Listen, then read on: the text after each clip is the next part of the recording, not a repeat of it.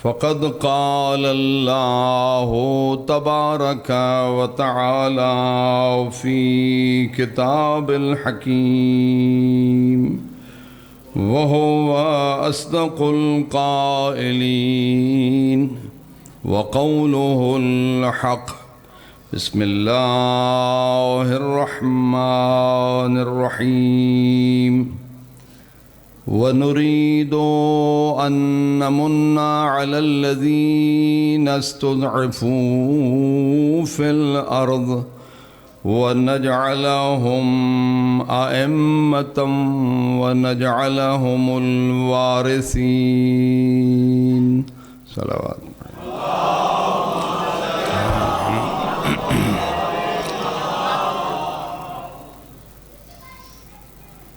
ماشاء اللہ مولانا صاحب کی بلد سے آپ نے مواعظ حسنہ سماعت فرمائے.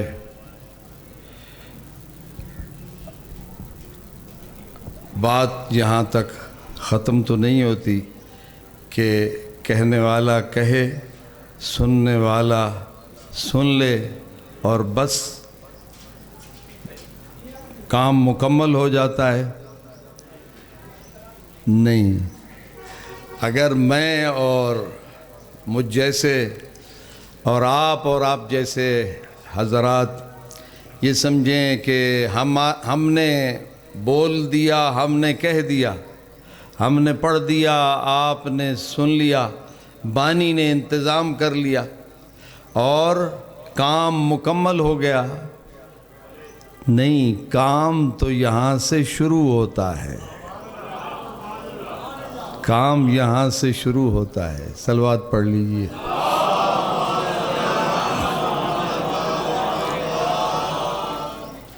بس معلوم ہوا کہ ہمیں پھر اپنے دل و دماغ میں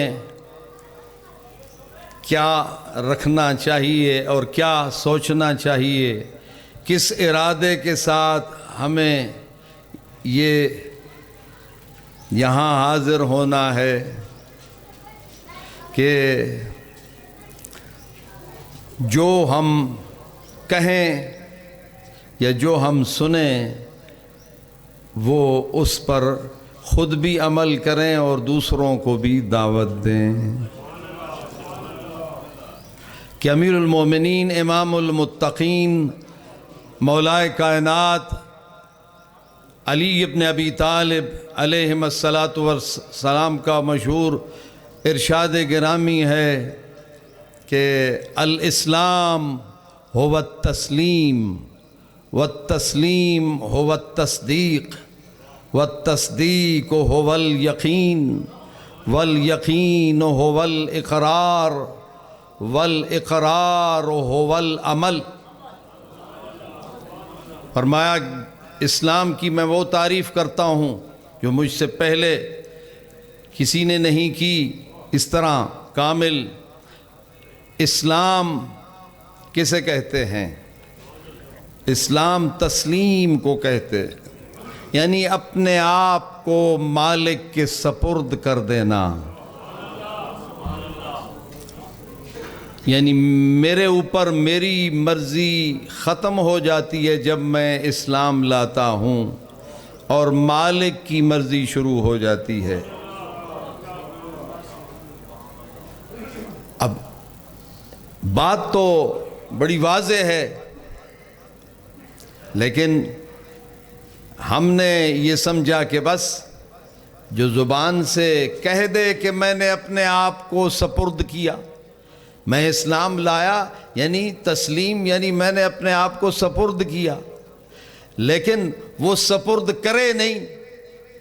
اپنے وجود کو، اپنی جان و مال کو، اپنی اولاد اور اپنی تمام خواہشات کو اور اپنے مفادات کو اور اپنی زندگی اور اپنی موت اور اپنا سب کچھ مالک کے حوالے کرنے کا نام اسلام ہے. لیکن زبان سے کہے کہ میں اپنے آپ کو اللہ کے سپرد کرتا ہوں، لیکن سپرد کرے نہیں، بلکہ اگر ابلیس کوئی جال پھیلائے، کوئی فریب دے، کوئی خوشنما صورت دکھائے، کوئی لذت والی چیز پیش کرے، کوئی مفاد والی چیز پیش کرے، میں اپنے آپ کو اس کے تو سپرد کر دوں، کہوں کہ میں نے اپنے آپ کو مالک کے سپرد کیا ہے، لیکن جب ادھر دیکھوں کہ میرا مفاد ہے اور مجھے لذت مل رہی ہے، مجھے کوئی فائدہ حاصل ہو رہا ہے، تو فوراً ہی میں اپنے آپ کو اس کے حوالے کر دوں۔ تو یہ گویا مالک سے کہا کہ میں تیرے حوالے، اور پھر منہ موڑ کے مالک کے دشمن کے حوالے کر دیا۔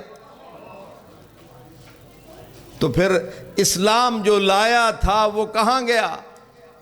گویا منحرف ہو گیا۔ کیا خیال ہے، ہم ایسا کرتے ہیں یا نہیں کرتے ہیں؟ اکسو سہیں مولانا تساں آئے ہو میرے خیال ہے پہلی دفعہ تے آون نال چھانٹا چاگے دنے۔ نعرہ تکبیر، نعرہ رسالت، نعرہ حیدری، نعرہ بلند صلوات۔ نہیں قبلہ، میں کسی کی توہین نہیں کرتا اور نہ کرنا چاہیے، اور نہ کسی پہ پہلی مرتبہ جو آئے اس سے تو پیار کرنا ہوتا ہے۔ وہ مرحلہ تو اس وقت تادیب اور ادب سکھانے کے لیے جو مرحلہ ہے وہ تو کہیں بہت بعد میں آتا ہے۔ اور یہ بھی ہے کہ امر بالمعروف اور نہی عن المنکر کے آداب میں یہ ہے کہ پہلے آپ نرمی سے بات کریں، پہلے پیار نال سمجھاؤ، اور پھر وہ مرحلہ کہیں آئے تو سو آئے کہ جب سختی کی جائے۔ حتیٰ کہ پہلی مرتبہ جب اللہ تعالیٰ نے حضرت موسیٰ علیہ السلام اور حضرت ہارون علیہ السلام کو سب سے بڑے دشمن جو اپنے رب ہونے کا اور ربکم الاعلیٰ ہونے کا دعوے دار تھا فرعون، جب اس تک پیغام بھیجا، اپنے دو نبی بھیجے اکٹھے، دونوں سگے بھائی تھے، تو کیا فرمایا؟ اذهبا الى فرعون وقولا لهما قولا لینا، کہ جائیں فرعون کو میرا پیغام دیں لیکن اندے نال مٹھی مٹھی گل کرائے، ہاں نرمی سے بات کرنا۔ معلوم ہوا جو اتنا بڑا متکبر ہے، اتنا بڑا ظالم ہے کہ وہ کہتا ہے میرے سوا تو کوئی خدا ہے ہی نہیں، اتنا بڑا بے دین ہے اور اتنا بڑا ظالم ہے۔ اب بتائیں، اس سے بھی جب اللہ نے اپنے رسولوں کو پیغام دے کر بھیجا ہے تو فرمایا کہ ان سے نرمی کے ساتھ بات کرنا۔ ابتدا فرعون دے نال ہی نرمی نال ہے، لیکن جڑ ویلے انہیں نرمی نال نہ سمجھیا تو اللہ دی طرفوں فرعون دے اتے او سختی تھی کہ وَأَغْرَقْنَا آلَ فِرْعَوْنَ وَأَنْتُمْ تَنْظُرُونَ۔ او بنی اسرائیل، اللہ کی تم پہ اتنی نعمتیں ہیں کہ جب حضرت موسیٰ علیہ السلام بنی اسرائیل کو لے کے مصر سے نکلے تو فرعون نے اپنے لشکر سمیت ان کا تعاقب کیا اور پیچھا کیا، آگے سمندر آ گیا تو ارشاد رب العزت ہوا کہ اپنے عصا کو اس پانی پہ ماریں تو اس سے راستے پیدا ہو جائیں گے، اور پھر بنی اسرائیل کو لے کر آپ وہاں سے گزر جائیں۔ تو 12 قبیلے تھے، 12 راستے پیدا ہوئے، ہر قبیلہ اپنے اپنے راستے پہ چلا، اور موجیں ٹھہر گئیں اور پانی میں راستہ بن گیا. لیکن جب دیکھا نا فرعون کو پیچھے سے تو بہت گھبرائے. تو فرمایا کہ نہیں گھبراؤ نہیں, جس مالک نے پہلے تمہیں بچایا ہے اب وہی بچانے والا ہے. اب آخری بندہ بنی اسرائیل کا سمندر سے نکل رہا تھا اور فرعون کے لشکر کا آخری آدمی سمندر کے اندر جا رہا تھا کہ اللہ نے حکم دیا اور سمندر کی لہریں آپس میں برابر ہوئیں. بنی اسرائیل نجات پا گئے. بنی اسرائیل نے آنکھوں سے دیکھا کہ وہ جو سب سے بڑا ظالم, سب سے بڑا خدائی کا دعوے دار اپنے لشکر سمیت نیست و نابود ہو جاتا ہے. دو اکٹھے معجزے کہ بنی اسرائیل کو نجات دی اور اسی سمندر سے فرعون کو برباد کیا اور اسے غرق کر دیا. یہ عجیب ہے, اتنا معجزہ دیکھ کر بھی جب وہ اب صحرا میں چلے گئے تھے نا تو وہاں ایک گاؤں یا ایک بستی سے ان کا گزر ہوا تو کیا دیکھا کہ لوگ بتوں کی پوجا کر رہے ہیں. تو کہنے لگے اے موسیٰ ہمارے لیے بھی تو کوئی خدا بنا کر دیجئے کہ ہم اس کے سامنے سجدہ کریں. فرمایا تم کتنے جاہل ہو کہ اس مالک کی نشانیاں پے در پے تم دیکھ چکے ہو. تمہاری نسلوں کا قاتل اور تمہیں نیست و نابود کرنے والا فرعون, اور کتنی نسلوں اس نے یہ ظلم کیا ہے تم پر اور تمہیں ذبح کرتا رہا, لیکن اس سے نجات بخشی اور تمہارے سامنے ہوا یہ سب کچھ. اتنی کرامات, اتنے معجزات, اللہ کی ایسی نشانیاں, پھر بھی تمہیں شرم نہیں آتی, پھر بھی کہتے ہو ساکوں ایک ساڑے ساکوں خدا بنا کے دیو چاہ جو اسا اوندا سجدہ کرو. لوگ ایسے جاہل, یعنی دیکھ کے سب کچھ. یہ تو آپ جس قوم اور جس امت کے فرد ہیں اس کی کیا بات ہے. نہ آپ نے نبی کو دیکھا ہے, نہ علی کو دیکھا ہے, نہ 12 کو, نہ 14 کو, اور نہ آپ نے کوئی سامنے ہوتا ہوا پیغمبر یا امام کا معجزہ دیکھا ہے. یہ تو غیب پر ایمان لانے والے ہیں. وہ سامنے دیکھ کر بھی بھٹک گئے اور نہ مانا انہوں نے. اس لیے اس سے بڑی نعمت کیا ہو سکتی ہے کہ اللہ نے آپ کو ایسے دل عطا کیے ہیں کہ آپ غیب پر ایمان لانے والے ہیں. رسول اکرم صلی اللہ علیہ وآلہ وسلم نے ارشاد فرمایا کہ کچھ چہرے ہیں جن کی زیارت کا میں مشتاق ہوں. حبیب کبریا کون ہستی ہے جس کا نام اور نام نامی محمد مصطفیٰ ہے. محمد کسے کہتے ہیں؟ جس کی سب سے زیادہ حمد کی گئی ہو, جس کی سب سے زیادہ تعریف کی گئی ہو. اچھا مجھے بتائیں کہ اللہ کو کہتے ہیں محمود اور پیغمبر کو کہتے ہیں محمد. محمود جس کی ایک دفعہ بھی حمد کی جائے تو اس کو محمود کہہ لیتے ہیں اور کہا جا سکتا ہے. اب یہ مجھے بتائیں کہ محمد تو اسے کہتے ہیں سب سے زیادہ جو قابل تعریف ہے. اب مجھے بتائیں سب سے زیادہ تعریف دنیا میں اللہ کی کرتے ہیں کرنے والے یا آخری پیغمبر کی کرتے ہیں؟ ارے جو پچھلے انبیاء کو مانتے ہیں جو ابراہیم علیہ السلام کو مانتے ہیں، جو موسیٰ علیہ السلام کو مانتے ہیں، جو عیسیٰ علیہ السلام کو مانتے ہیں، جو داؤد علیہ السلام کو مانتے ہیں، پچھلے انبیاء کو جو تورات و زبور و انجیل کو مانتے ہیں، آخری پیغمبر کو نہیں مانتے، آخری کتاب کو نہیں مانتے، وہ بھی تو اپنے طور پر اللہ کی حمد کرتے ہیں۔ تو زیادہ والحمد اللہ دی تھیندیے یا صلوات پڑھے؟ تو اس جہت سے دیکھا جائے تو یہ محمد کس کا نام ہونا چاہیے؟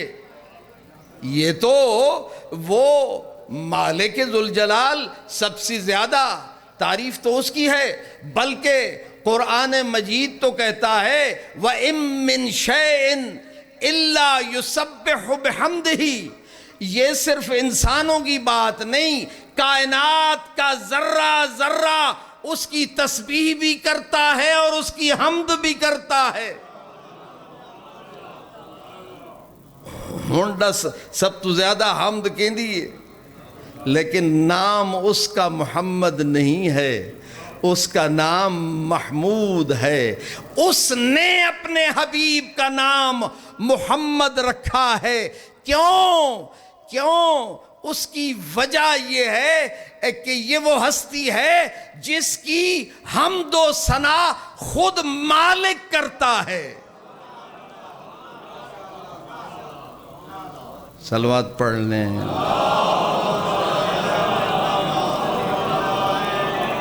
اور اسے محمد اس لیے نہیں کہا جا سکتا، اس کی جتنی بھی حمد کی جائے اس کا حق ادا نہیں کیا جا سکتا، کہ مولا کائنات نہج البلاغہ کے پہلے خطبے میں ارشاد فرماتے ہیں کہ الحمدللہ الذی لا یبلغہ مدحتہ القائلون۔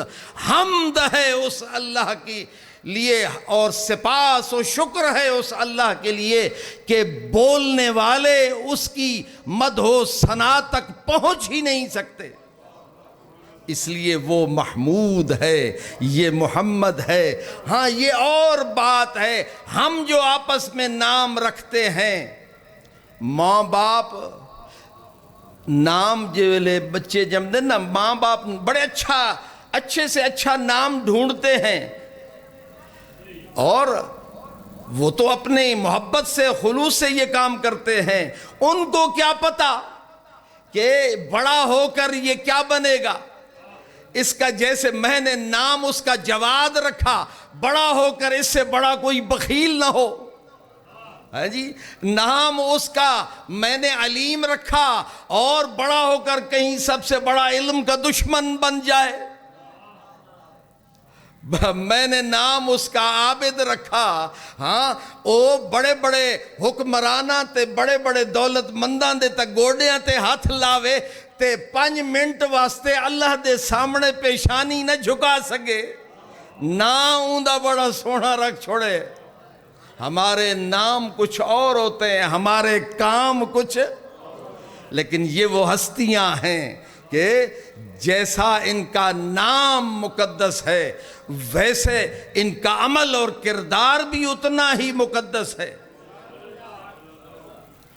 آپ دیکھیے کہ اس حسن و کمال پہ فائز ہیں کہ عیب اور عیوب اور خطاؤں سے منزہ ہے، اور ان کی ہر پہلو اور ہر جہت جو ہے وہ قابل تعریف ہے، حتیٰ کہ والفضل ما شہدت بہ الاعداء۔ فضیلت یہ نہیں ہے کہ ماننے والے ان کی تعریف کریں، بلکہ فضیلت یہ ہے کہ جو نہیں مانتے ہیں اور جو دشمن ہیں وہ بھی تعریف کرنے پہ مجبور نظر آتے ہیں۔ کوہ ابو قبیس ہے، کوہ صفا ہے، اس پہ کھڑے ہیں حبیب کبریا صلی اللہ علیہ وآلہ وسلم، اور فرمایا مکہ والو آؤ میری بات سنو۔ لوگ جمع ہوئے، فرمایا اگر میں یہ کہوں کہ اس پہاڑ کے پیچھے، اے مکہ والو اگر میں یہ کہوں کہ اس پہاڑ کے پیچھے ایک لشکر ہے جو حملہ آور ہونے والا ہے مکہ والوں پہ، تم تو نہیں دیکھ رہے، کیا میرے کہنے پہ اعتماد کر لو گے اور مان لو گے میری بات؟ تو سب نے یک زبان ہو کر کہا کیوں نہیں مانیں گے؟ 40 سال ہو گئے ہیں، 40 برس ہو گئے ہیں، ہم نے اس زبان سے سوائے سچ کے اور کچھ نہیں سنا ہے۔ ابھی یہ کوئی مسلمان نہیں ہوئے، ابھی یہ ایمان نہیں لائے، انہوں نے کلمہ نہیں پڑھا، یہ اسی طرح کفر و شرک میں مبتلا ہیں، بتوں کے سامنے سر جھکانے والے ہیں۔ لیکن دیکھیے نہ ماننے والے بھی تعریف کرتے ہیں، اسے کہتے ہیں محمد مصطفیٰ۔ نعرہ تکبیر، نعرہ رسالت، نعرہ حیدری، آواز بلند صلوات۔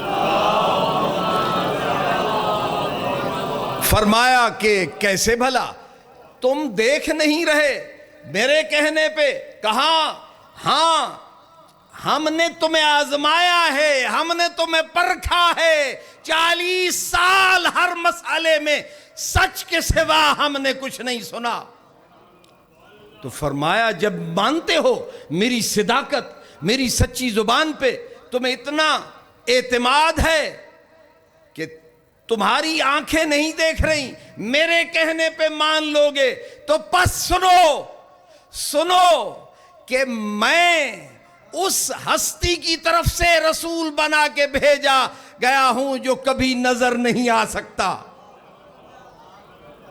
اب بتائیے، یہ وہ پہاڑوں سے بھی بلند دلیل تھی جو اللہ کے رسول نے اپنی سچائی کے لیے پیش کی، اپنی رسالت کو منوا لیا۔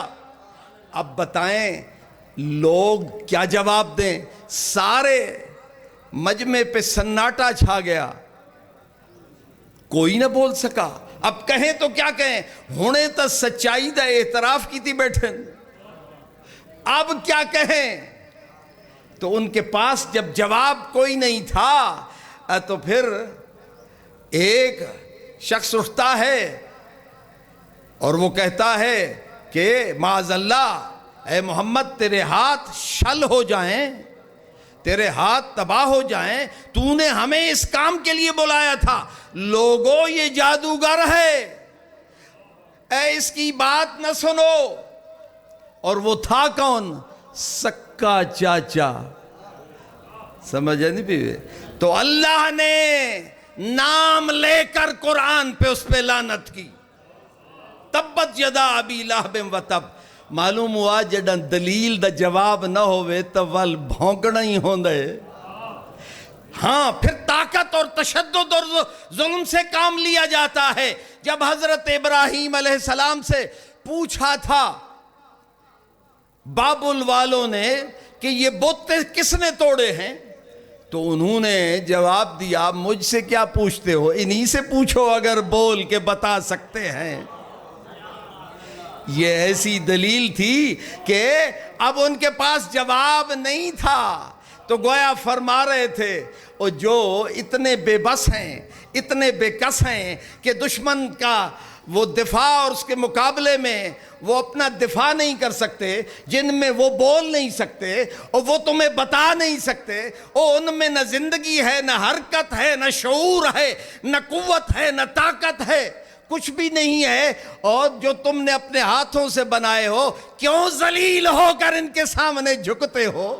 اور میں تو تمہیں عزت دینے کے لیے آیا ہوں۔ حضرت ابراہیم علیہ السلام کی اس دلیل کا ان کے پاس جواب جب نہیں تھا نا، تو چاہیے تو یہ تھا نا کہ وہ مان جاتے، حق کو من ونجنا نا۔ یہاں بھی ابو لہب کے سامنے اتنی بڑی دلیل دی، کوئی نہ بول سکا، ابو لہب بھی مان جاتا نا کہ بات تو سچ ہے اور سچائی کو ہم پرکھ چکے ہیں، لیکن چونکہ یہ ابو لہب کس کا وارث ہے؟ وہ ہے نمرود اور نمرودی جو قوم ہے. قرآن مجید کہتا ہے ما کان جواب قومہ.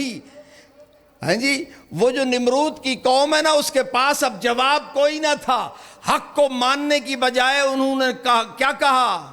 الا ان قالوا اقتلوہ او حرقوہ، کہ ابراہیم کو قتل کرو، اس کو جلا دو.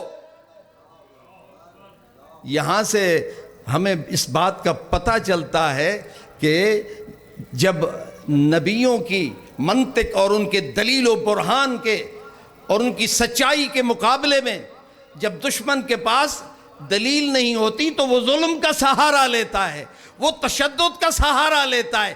آج بھی وہی بات ہے کہ جو ہمیں کافر کہہ کر وہ ہمارا خون بہانا حلال سمجھتے ہیں، ہم دلیل دیتے ہیں، وہ گولی سے جواب دیتے ہیں. ہم نبیوں کے وارث ہیں، ہم دلیل سے بات کرتے ہیں. وہ نمرود و فرعون و یزید کے وارث ہیں، ان کے پاس طاقت اور تشدد کے سوا اور کوئی چیز نہیں ہے. تو حق اور باطل تو واضح ہو گیا. کون ہے انبیاء اور کون ہے حق کا وارث اور کون ہے ظالموں کا وارث. اور ایسا کیوں نہ ہو کہ ہم اس سید الشہداء حسین ابن علی علیہ السلام کے ماننے والے ہیں جو وارث انبیاء ہے، جو وارث آدم و نوح و ابراہیم و موسیٰ و عیسیٰ ہیں.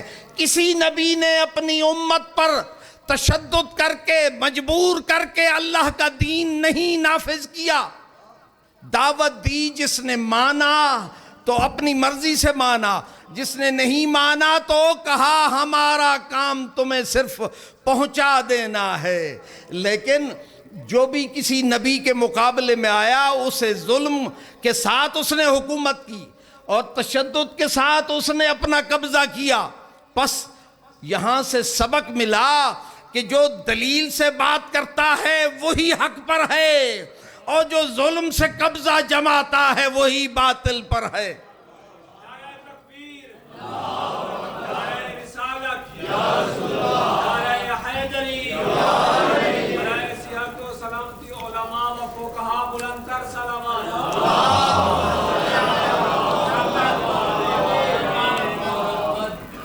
اب بات کیا تھی کہ 40 برس ہوئے اللہ کے حبیب اس امت میں، اس قوم میں رہے، اس زمانے میں رہے جس کو خود قرآن مجید زمانہ جاہلیت کہتا ہے. جاہلیت میں ڈوب چکے ہیں یہ لوگ، اور اس میں یہ حسین و جمیل بنی ہاشم کا شہزادہ وہاں مکہ میں ہی پیدا ہوتا ہے اور وہیں پلتا اور بڑھتا ہے. وہاں جہاں بت پرستی بھی ہے، جہاں کفر و شرک بھی ہے، جہاں نفاق بھی ہے، جہاں حرام بھی ہے، ظلم بھی ہے، بے حیائی بھی ہے، اس میں کون سی برائی ہے جو وہاں نہیں پنپ رہی ہے. لیکن یہ وہ خوبصورت ترین حسین و جمیل جوان ہے کہ اسی معاشرے میں رہتا ہے، اسی قوم میں رہتا ہے، لیکن اس کی کسی برائی کا دھبا اس کے دامن پہ نہیں ہے. نہ کسی بت کے سامنے اپنی پیشانی جھکاتا ہے، نہ کسی کی برائی میں، کسی کے حرام میں، کسی کے ظلم میں شریک نہیں ہوتا، بلکہ انہی میں رہتا ہے. اور کردار اتنا بلند، اخلاق اتنا عالی کہ جہاں سے گزرتا ہے لوگ کہتے ہیں، نام لینے کی بجائے کہتے ہیں یہ صادق جا رہا ہے، یہ امین جا رہا ہے. یہ ماجرا کیا ہے؟ اگر آئے ہیں ہدایت کے لیے، اگر آئے ہیں اس قوم کو سدھارنے کے لیے، اگر آئے ہیں توحید بیان کرنے کے لیے، یہ تو شرک میں ڈوبی ہوئی ہے تو خاموش کیوں ہیں؟ اگر آئے ہیں عدل و انصاف قائم کرنے کے لیے، یہ تو ظلم میں کی اتھاہ گہرائیوں میں گری ہوئی ہے قوم، تو اس کو کیوں نہیں روکتے؟ اگر آئے ہیں نیکی پھیلانے کے لیے تو ہر طرف برائی کا دورہ ہے، تو کیوں نہیں روکتے اور ٹوکتے؟ کسی کو کچھ نہیں کہتے. کسی ظالم کو بھی نہیں روکتے، کسی مشرک کو بھی نہیں روکتے، کسی حرام کھانے والے کو بھی نہیں روکتے، کسی خون بہانے والے کو بھی نہیں روکتے، اور کسی بھی حق پامال کرنے والے کو نہیں روکتے، کسی کو کچھ نہیں کہتے، خاموش ہیں اور دیکھ رہے ہیں اپنی قوم کے حالات کو۔ تو یہاں سے کیا پتہ چلتا ہے کہ یہ کیا ماجرا کیا ہے؟ بعض لوگوں نے یہ سمجھا کہ ایک شاید پتہ ہی کہے نہیں، ہاں تو یہ کو پتہ کوئی نہیں، ایویں 40 سال غیراں کولوں اپنی صداقت تے امانت منوا گی دی سی، اوے جنہ کردار اتنا بلند ہے، جس کا اخلاق اتنا اعلیٰ ہے، وہ بغیر معرفت کے، بغیر علم کے، وہ بے خبر کیسے اس کا کردار اتنا پاکیزہ ہو سکتا ہے؟ معلوم ہوا بات کچھ اور ہے۔ اللہ نے انتظام یہ کیا ہے کہ 40 سال میرا حبیب پہلے خود عمل کر ول دعوت دے میں،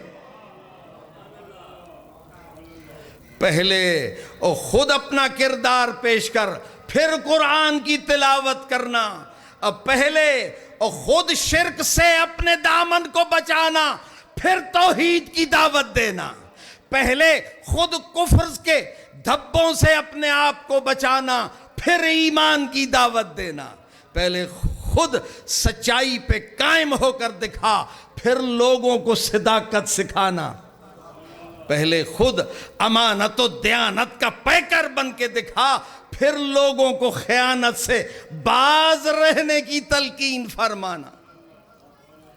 معلوم ہوا کہ اللہ کے حبیب 40 برس کے بعد جو مبعوث پر رسالت ہوئے ہیں، اب قرآن سنانے کا اذن ہوا ہے، تو معلوم ہوا کہ مالک یہ چاہتا ہے کہ میرا رسول اس منزل پہ پہنچے کہ دعوت بعد میں دے، عمل پہلے کرے۔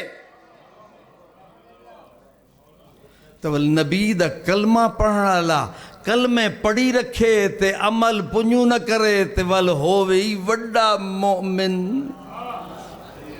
40 سال نبی تھے لیکن خاموش تھے، رسول بنے جب قرآن کی پہلی وحی 27 رجب کی شب کو غار حرا میں نازل ہوئی تو مبعوث برسالت ہوئے، نبی کے بعد رسول بننے کے لیے 40 سال دین پر، قرآن کی روح پر پہلے عمل کرنا پڑتا ہے اللہ کے رسول کو۔ تو تے میں کلمہ پڑھ کے ایویں مومن بنوے سوں تے کو کہیں عقل مند سکھائے۔ صلوات پڑھیں۔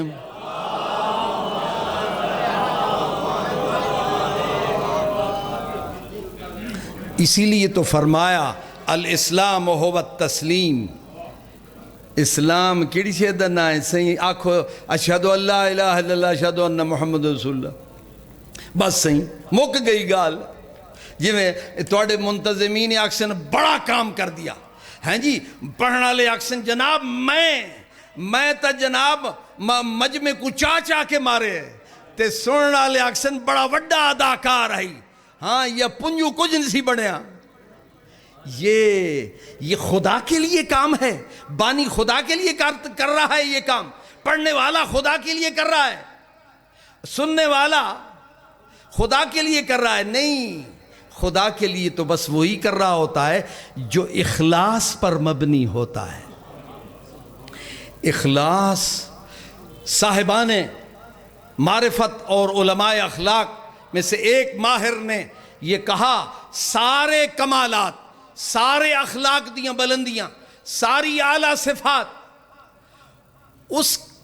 وہ جب ان کی بنیاد کو دیکھا جائے تو اس کی اصل کو دیکھیں تو اسے اخلاص کہتے ہیں۔ سب سے بڑی صفت کون سی ہے؟ اخلاص، خالص اعتقاد، خالص عمل۔ یہ آکھنا جتنا سوکھا ہے نا، اتنا یہ اخلاص تے پہنچنا اندے واسے میسا میں تمار بن کے سولی تے لٹکنا پوندا ہے۔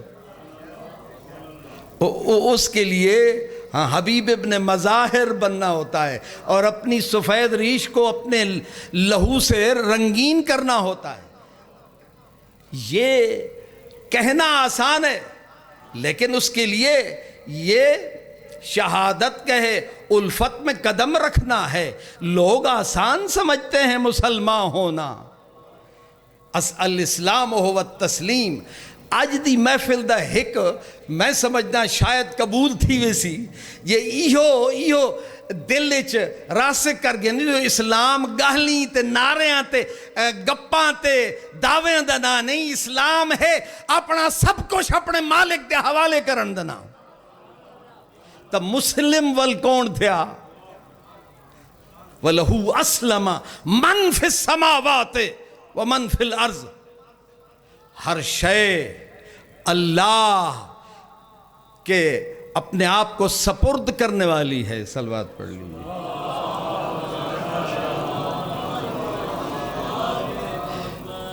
ویسے تھوڑا سا توجہ کریں, یہ جو قرآن مجید کہتا ہے کہ یسبح للہ ما فی السماوات وما فی الارض, اور بھی آیات ہیں اس سے پہلی بھی میں نے عرض کی. اس کا لب لباب کیا ہے کہ ہر شے اللہ کے حکم کے سامنے سر تسلیم خم کیے ہوئے. والشمس تجری لمستقر لہا. سورج کے لیے جو مدار بنایا ہے, جو نظام بنایا ہے, وہ اس سے ادھر ادھر ہوتا ہے. والقمر قدرناہ المنازل. چاند کی جو منزلیں مقرر کی ہیں وہ اس سے ادھر ادھر ہوتا ہے. ستاروں اور سیاروں کا کے مدار جو بنائے ہیں وہ ادھر ادھر ہو کے آپس میں ٹکراتے ہیں. اگر ادھر ادھر اپنا راستہ چھوڑ دیں تو کیا ہوگا؟ وہ ٹکرا جائیں اور نظام عالم برباد ہو جائے. اور ہاں جب وہ چاہے گا تو ہوگا, وہ دن قیامت کا ہوگا.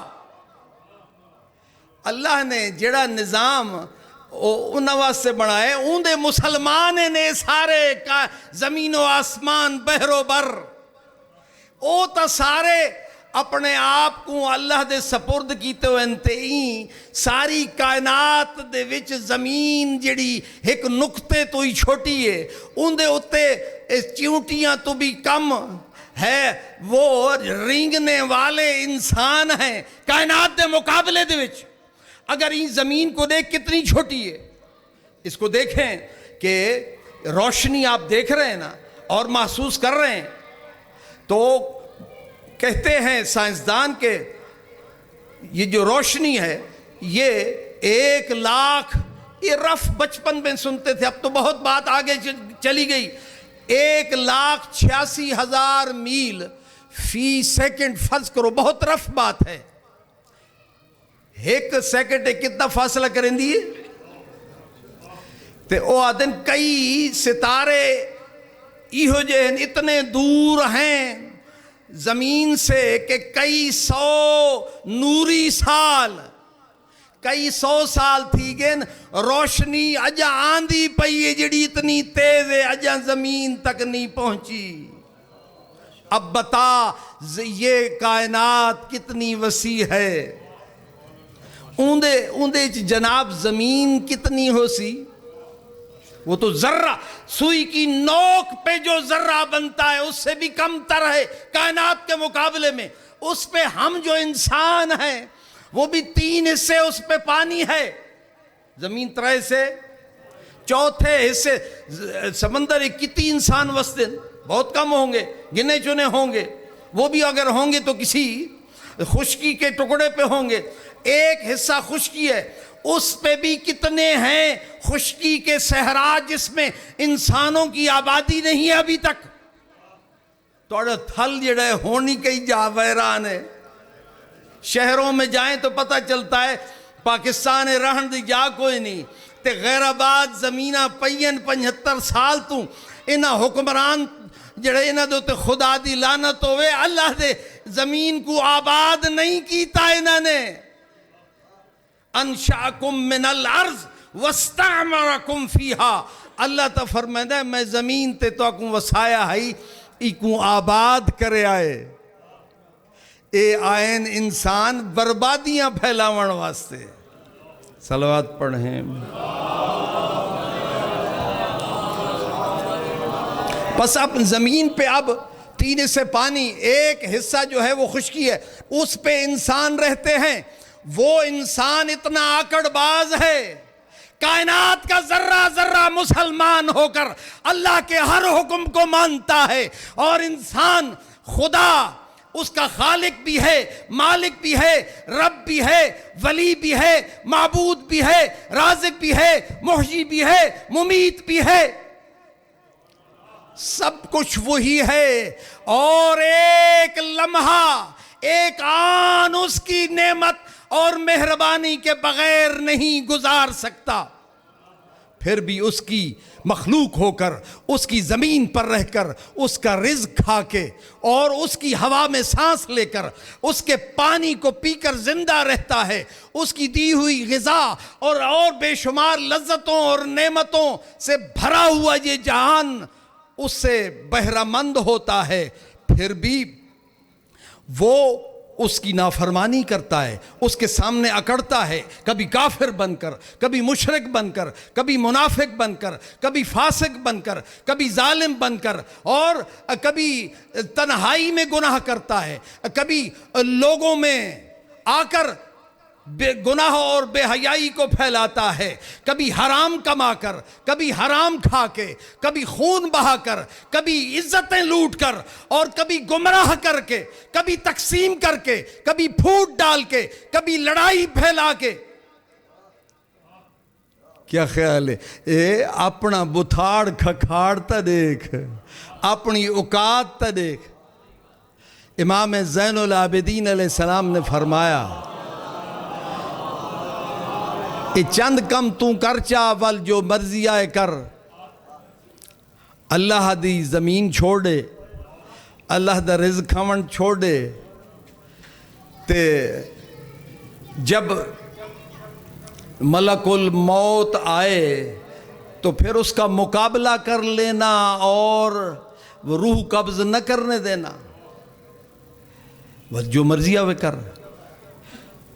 تو اتنا کمزور ہے اور اتنا بے بس ہے، اتنا ناتواں ہے، تیری حیثیت ہی کچھ نہیں. ماں کے شکم میں جس نے تجھے پالا ہے، اس میں تیری اور میری کیا حیثیت تھی؟ جس نے قطرے سے انسان بنایا ہے، اور جب پیدا ہوا تو رونے لگا. کیوں رونے لگا سہی؟ ہاں اتلے ہنستے بیٹھے تے روندہ پہ. کیوں رو کیوں رہا ہے؟ کیونکہ ڈرتا ہے. ڈر کیوں رہا ہے؟ کہ جاہل ہے.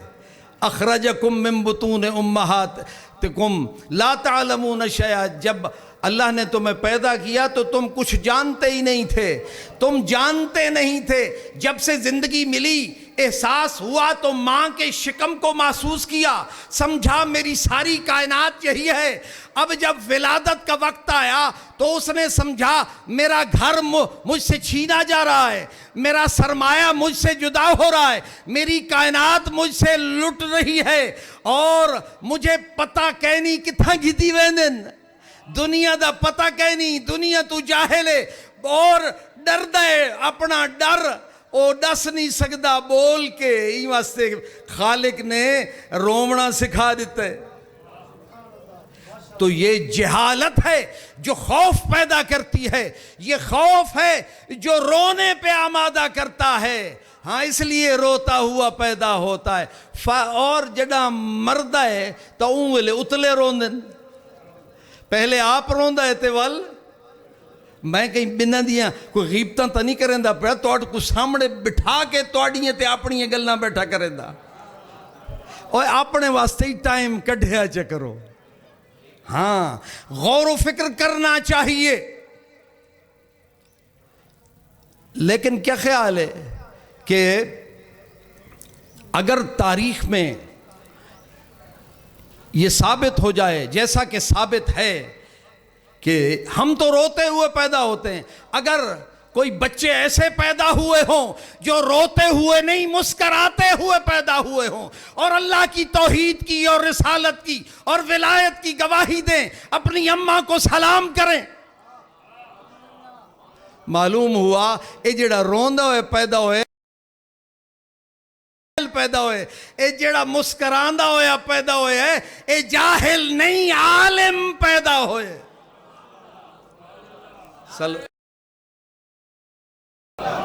نعرہ رسالہ، نعرہ حیدری، آواز غلام سلام.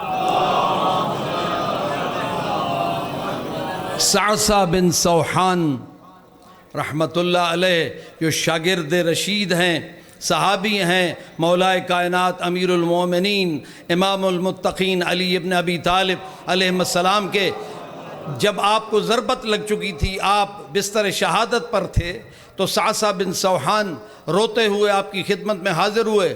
اور لیکن یہ بڑے علم و معرفت کے شیدائی لوگ تھے نا، جو امام کے یہ خاص جو شاگرد ہوتے تھے. جب آپ قتل کی ضربت لگ چکی ہے اور زہر کا اثر پورے بدن پہ ہے، پھر بھی مولا فرما رہے ہیں سلونی سلونی قبل ان تفقدونی، اپنے علم کی خیرات بانٹ رہے ہیں. تو صعصع کہتے ہیں مولا آپ تو ہم سے جدا ہونے والے ہیں، لیکن مجھے اتنا تو بتا دیجئے کہ آپ انبیاء سے افضل ہیں. سوال بڑا سنگین ہے. آپ نے فرمایا اے صعصع بن سوحان، تو نے ایسا سوال کیا ہے جس سے میں تمہیں تیرے سامنے اپنی تعریف بیان کروں. اپنی تعریف علی کو اچھی نہیں لگتی. یہ کہہ کے نا پھر آپ نے فرمایا اب میں جو تم سے جدا ہونے والا ہوں تو پھر کون تمہیں بتائے. آج اب تو نے حق پوچھا ہے تو علی تمہیں حق بتا کے جائے. فرمایا کہ اللہ نے موسیٰ علیہ السلام کی ولادت کے لیے جو انتظام کیا تھا، فرعون نے پہرے بٹھائے تھے اور جاسوس تھے نا وہاں. بہرحال اللہ کی قدرت سے پیدا ہو گئے اور پھر جوان ہو گئے، اور ایک قبطی اور ایک بنی اسرائیل کے شخص کی بازار میں لڑائی ہوئی. تو اس بنی اسرائیل کے شخص نے حضرت موسیٰ علیہ السلام کو اپنی مدد کے لیے بلایا. تو اس کی مدد کرتے ہوئے اس قبطی کو جو گھونسا رسید کیا نا، تو قرآن مجید کہتا ہے فقضا علیہ، اندے اتے موت آ گئی. اب دور شہر کے اس کنارے سے ایک شخص دوڑتا ہوا آیا اور کہا کہ میں اندر دی خبر گھن کے آیا کہ فرعون کے دربار میں اے موسیٰ تیرے قتل کے منصوبے ہو رہے ہیں، جلدی سے مصر کو چھوڑ دیں. مصر کو چھوڑ دیا اور پہنچے کہاں؟ حضرت شعیب علیہ السلام کے پاس. اور وہاں 10 سال گزارے اور ان کی لخت جگر کے ساتھ ازدواج ہوا. اور جب پلٹ کے اپنی اہل و عیال کے ساتھ آ رہے تھے، سردی کی رات تھی اور گھر والے بھی مشکل میں تھے. تو اب سردی سخت تھی، اب سردی کے لیے انتظام کرنے کی کوشش میں تھے کہ دور سے ایک روشنی دیکھی. تو کہا کہ میں جاتا ہوں اور کوئی شاید آگ کا انتظام ہو، میں دیکھ کے آتا ہوں. جب وہاں گئے تو آواز آئی یا موسیٰ انی انا اللہ، اے موسیٰ میں اللہ ہوں. فخلا نعلیک انک بالواد المقدس طویٰ، اپنی جوتے اتار دے، تو مقدس وادی میں داخل ہو چکا ہے. اور وہاں وہی منزل آئی کہ جب فرمایا اے موسیٰ استنعتک لنفسی، میں نے تجھے اپنے لیے چن لیے ہے. اذهب الى فرعون انه طغى، میں نے تمہیں رسول بنایا ہے، جاؤ میرا پیغام پہنچاؤ. حضرت موسیٰ علیہ السلام نے عرض کیا کہ بار الہا، فرعون اور فرعون کے دربار والے وہ تو مجھے اپنے بندے کا قاتل سمجھتے ہیں، وہ تو اپنا مجرم سمجھتے ہیں. وہ تو کئی سال تو میں کو گلیندے ودن، وہ مجھے تو قتل کرنے کے در پہ ہیں، مجھے اللہ کا رسول کیسے مانیں گے؟ مجھے فرعون کو پیغام دینے والا کیسے مانیں گے؟ میرے بھائی ہارون کو میرا وزیر بنا، آپ وزیر چا بنا میں نا تا اللہ روکے ہاں، انہا مطلب ہے نہیں وہاں نبی اللہ دا وزیر آپ نہیں بڑھائیں دا، اللہ کو لو منگ دائے۔ معلوم ہوا نبی ہو یا نبی کا وزیر ہو، یہ خدا کے اختیارات ہیں، یہ کسی اور کا اختیار نہیں ہے۔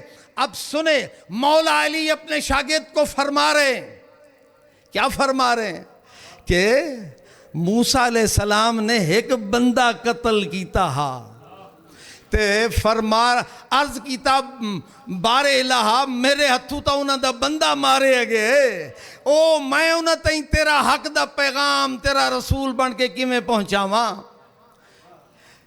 یہاں رسول پاک پر سورہ توبہ نازل ہوتی ہے، پہلے ایک صاحب کو بھیجتے ہیں اور جب وہ مدینہ سے باہر نکلتے ہیں جبرائیل امین نازل ہوتے ہیں اور کہتے ہیں کہ اے میرا حبیب یا آپ ون یاو کو بھیج جیڑا تیرا نفس ہووے جو تجھ میں سے ہو، تو مولا علی کو بھیجا، انہوں نے ان سے وہ آیات لے لیں تو وہ پوچھنے لگے میرے بارے کوئی شے نازل تا نہیں تھی؟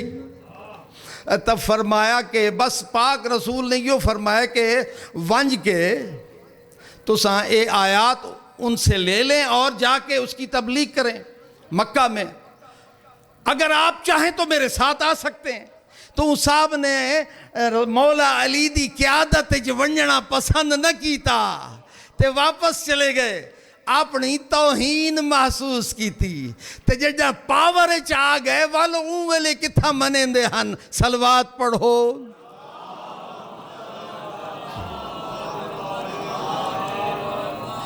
بس اسی بات پہ میں اپنا اختتام کروں کیونکہ طالب علم کے لیے جو ہے وہ بہت مشکل ہوتا ہے، لیکن میرا کوئی مقصد آپ پہ اپنا کوئی دبدبہ بٹھانا نہیں ہے۔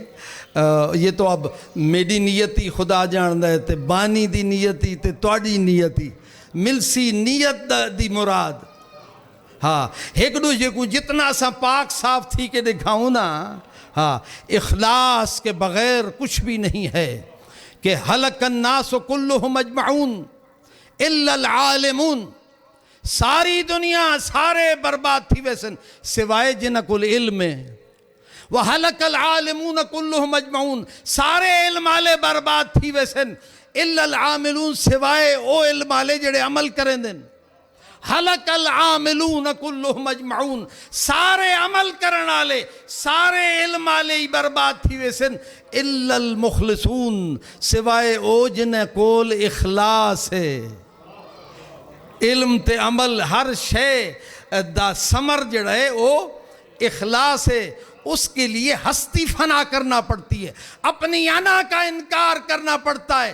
جڑے تو اذان اللہ اکبر آدھیں، اقامت اللہ اکبر آدھیں، تکبیرت احرام اور پوری نماز کی تمام رکعتوں اور ابتداء و دوران و اختتام تک تو اللہ اکبر آدھیں۔ اللہ اکبر دا مطلب کیا ہے کہ اپنی ہستی کو لٹا دے، اپنی انا تے قدم رکھ، اپنا انکار کرے سے تا اوندا اقرار تھی سی، ایندہ نہ ہے نماز۔ اقم الصلاۃ لذکری ان الصلاۃ تنہا عن الفحشاء والمنکر۔ ہن جی تساں آکھو صحیح سسپینس چھوڑی ویندے ہو، ہاں اب مولا علی تنہا گئے ہیں سورہ توبہ لے کر اکیلے ساتھ کوئی نہیں گیا، سیدھے مکہ میں پہنچے مینا میں یہ کافر اکٹھے ہو کر مشرک اکٹھے ہو کر بیٹھتے تھے، بیٹھکیں لگاتے تھے، نشستیں اپنی مہیا کیا کرتے تھے، زیادہ لوگ بیٹھن اچھی جاتے ون کے اللہ دا قرآن پڑھنا شروع کیتے، اور او سورہ توبہ دی آیات اصل اچ کہن او اللہ دی طرفوں مشرکین مکہ کو دھمکیے۔ ہون انہاں دا ایک سردار آدھے لیکن گل ول ذرا ہور سنائے مولا علی کیتا کہ کلہ گئن اچھی جاتے جھمکٹے مشرقین دے وچ کھڑے ہو کے ہاتھ اپنی نیام تو تلوار کٹ دیے اور سورہ توبہ دی آیات تلاوت کرنا شروع کیتی ہیں. اندے چ اللہ مشرقین مکہ کو دھمکی دے رہے. ایک سے ایک مکے دا سردار سر چاہ کے آدھائے اوے کون ہے سانو دھمکیاں دے وڑالا. کہیں آکھے اے علی ابن ابی طالب ہے. جب اس نے سنا نا کہ علی ابن ابی طالب ہمیں دھمکیاں دے رہا ہے سر جھکا کے کہتا ہے ہاں علی سانو دھمکیاں دے سکتا ہے. مولا فرما رہے تھے احساسہ بن سوحان کہ ایک فرعونی کو قتل ہو گیا تھا موسیٰ علیہ السلام سے. موسیٰ علیہ السلام کہہ رہے تھے بارے الہا میرے ہتھوں انہاں دا قتل ہوئے میں کیویں ونجاں میں تا کئی قتل کیتے ہن. میں تا انہاں مشرکین مکہ دے کئی واصل جہنم کیتے ہیں. میں تا کلہ گیا میں تا نہیں ڈریا. اللہ دی دھمکی وج گج کے پہنچا دیتی ہے. احساسات تو پوچھ دیں علی افضل یا انبیاء افضل. وآخر دعوانا ان الحمدللہ رب العالمین. نعرہ تکبیر. ماشاءاللہ. نعرہ رسالت.